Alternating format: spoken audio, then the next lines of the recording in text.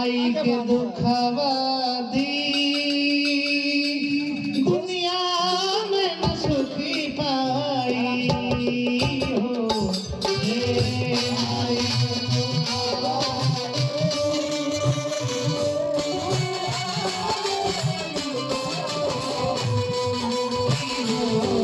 ये आई के दुखवा दी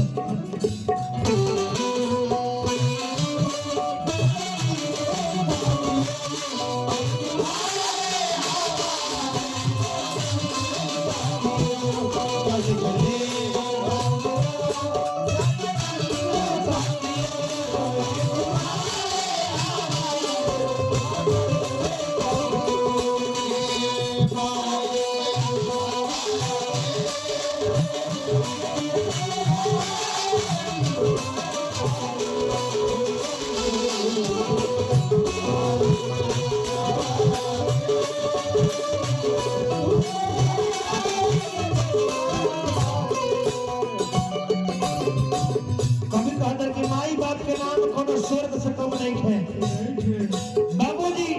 माई यदि स्वर्ग वाली तो बाबूजी स्वर्ग के द्वार हुआ।